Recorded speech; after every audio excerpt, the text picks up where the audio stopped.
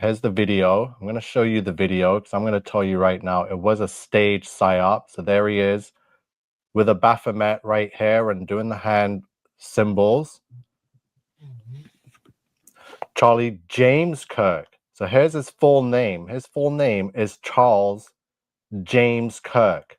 Was an American right-wing political activist, right? Born October 14th, 93, and died today, Orem, Utah, United States. So I find that strange that his name is Charles James Kirk, as in Captain James T. Kirk. So it's spelt the exact same way. So James Tiberius Kirk, often known as Captain Kirk, is a fictional character in the Star Trek media franchise.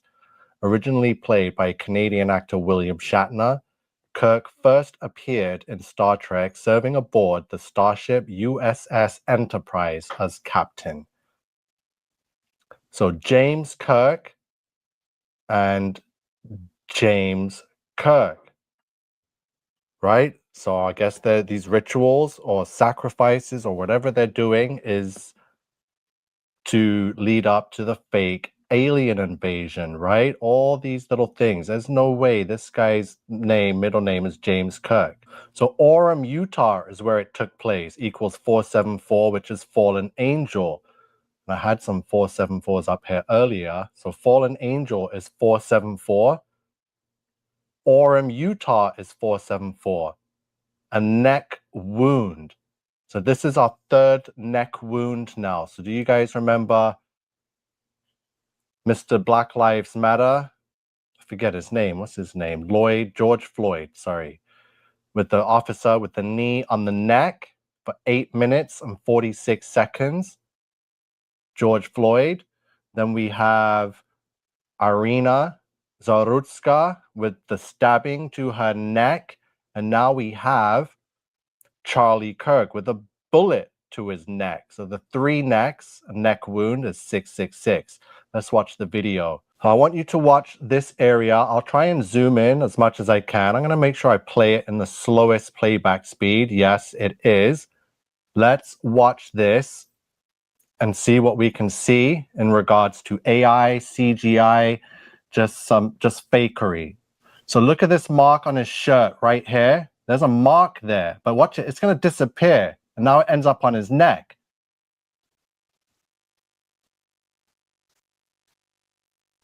Again, I'm sorry. I will warn you. It's very graphic, but it's not real. It's not real. I'm going to pause it. There's a mark right here. Notice the shirt says freedom. That's also going to be changed and manipulated in the actions after what's going to take place. So look at this mark here.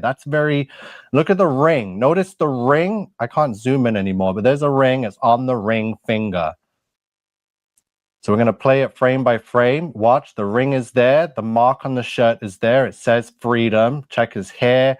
Watch everything. There's a Starbucks cup. Remember, when AI, things change. The wording, check the wording, turning point. Everything looks legit except for this mark on the shirt there. Watch. His hand goes down. So remember, the ring was on the ring finger. There's a mark there. Watch the hair. Watch this area for a bit. Okay, so now we've paused it. It looks like the ring is kind of in the middle of both fingers there. It's hard to tell. The shirt still says freedom. There's a mark on the shirt there. Right now the shirt's kind of lifted up. His hair looks like it's changing a bit, and his face, because in reaction to what has just happened. Watch this mark. Watch the ring finger. Did you see that with the hair? So something very strange happened with the hair right there. That was CGI. Watch it. I'm going to go back a few frames. Watch the hair. You're going to see it do a weird flip. So that will show that it's CGI. Watch. Watch carefully. Did you see that? Okay. And now look, the ring is on the pinky finger. 1, 2, 3, 4 thumb. So how did the ring go from being on the ring finger to the pinky finger? Did you see the mark on the shirt is gone now? Somehow in all this kerfuffle, it moved and just went to his neck, and then blood came out. So it was like a preset in the AI or the CGI that it was gonna, like, it was already keyed into the video.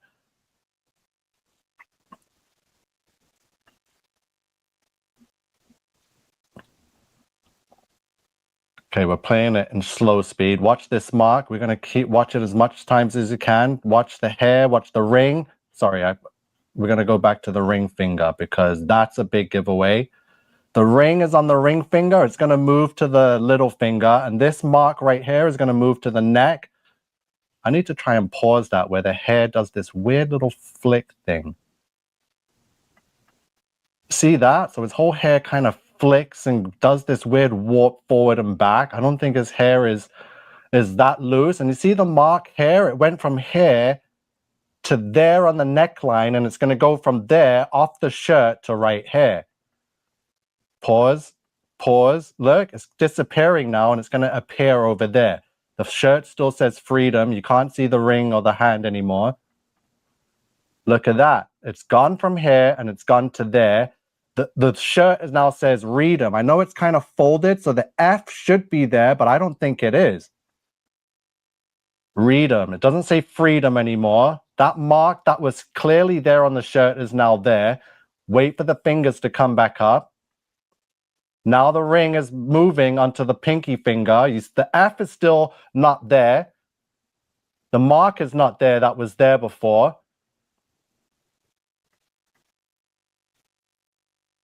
The F is gone. Where did the F go to? And now it's clearly on the pinky finger somewhat, but it's no longer on the ring finger. We're going to play it again because you're going to see the mark goes to the neck. I'm going to try and pause it as many times so you can see. I'm sorry for the graphicness of this, but it's fake. There's a mark on his shirt. It clearly says freedom. During all the movement, the shirt, the F disappears. This mark on the shirt clearly moves up to the collar hair, then to his neck. His hair does weird movement, and the ring moves from this finger to this finger. Watch it again. As soon as he puts his hand down, it's going to happen. Boom. There's a mark there. Watch the freedom, watch the ring, watch the hair.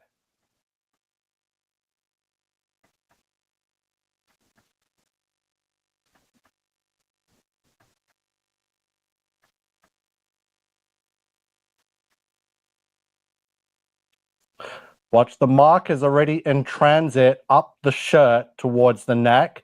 The hands are hidden. The shirt still says freedom, but the F will disappear. Weird. Do you see this? The F has disappeared and the mark has disappeared.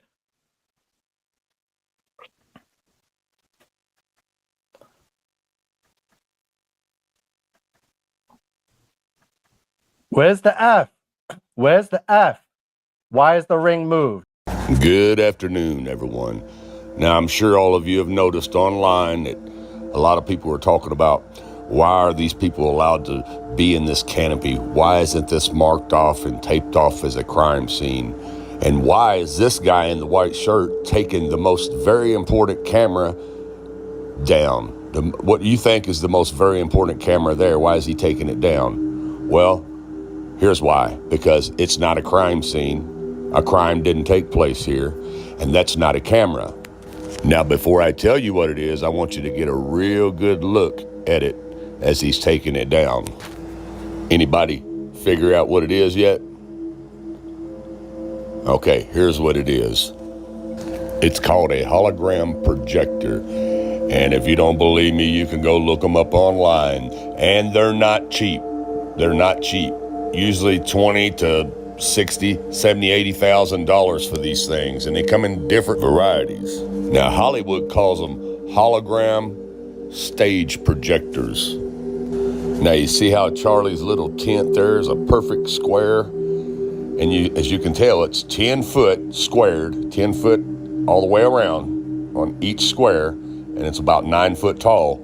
That's because it has to be for the projection to work.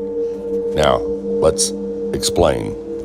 For smaller spaces, the projectors can be configured with mirrors to elongate the projection path and maintain picture integrity. Eyeliner displays ideally require a minimum footprint of 10 feet square and a height of 9 feet to show full-size human figures. What you are seeing is a reflected image which is so true and realistic to the original, it has become known as a virtual image. Many people perceive what they are seeing now as a 3D hologram. In fact, it is a 21st century take on a mid-19th century visual effect known as Pepper's Ghost, showing now on the relay screens. Thanks in part to the amazing optical properties of the eyeliner foil, combined with the light and picture output of Christie Digital high-definition projectors, the image has depth and opacity that actually supersedes the scale and definition of traditional 3D hologram. Like I said before, 10 foot squared, 9 foot tall. This canopy was made this size for a purpose because it is a hologram stage projection that you guys were watching. These performers are holograms. Every series, we take one step closer to achieving all of the sci-fi dreams. It's pretty cool. You'll never have to miss a gig again. The gig can come to you. We traveled to Paris to meet Ian O'Connell, director of the company that put this show on. I recall we were being asked to produce a show from London to Florida where the interaction between the musicians and the audience would be as natural as two people being in the same room. And for all of us, it was an experience that we'll never forget. So how do they beam this band in live? It's incredible that this really is a remote live gig. The signal from London takes less than 1/3 of a second to go all the way around the world and be projected as a hologram on the stage in the US. As well as the hologram making it feel like the band are actually in the room with the audience, the band can see the audience and actually interact and respond to what they're doing. This is a whole new take on live music. But how are the images so good that it looks like the band are really on stage? They look so lifelike because of the angle of the light and the reflective material called mylar that creates this holographic effect. The mylar screen is semi-transparent. The reflective surface reflects the images where the light falls on it, but where the light doesn't fall on it, the audience can see through it. So it looks like there's a person standing on the stage and that there's no screen at all. The projector receives the video signal and projects it down from the ceiling. What I really love about this is that you get the effect of a 3D hologram without those stupid glasses. I still believe we've only scratched the surface with this technology. I think we will see pop-up holograms everywhere. That's it, the holograms are here. We're officially in the future. It's all smoke and mirrors. The world is a stage, people. Get over it. You've been lied to.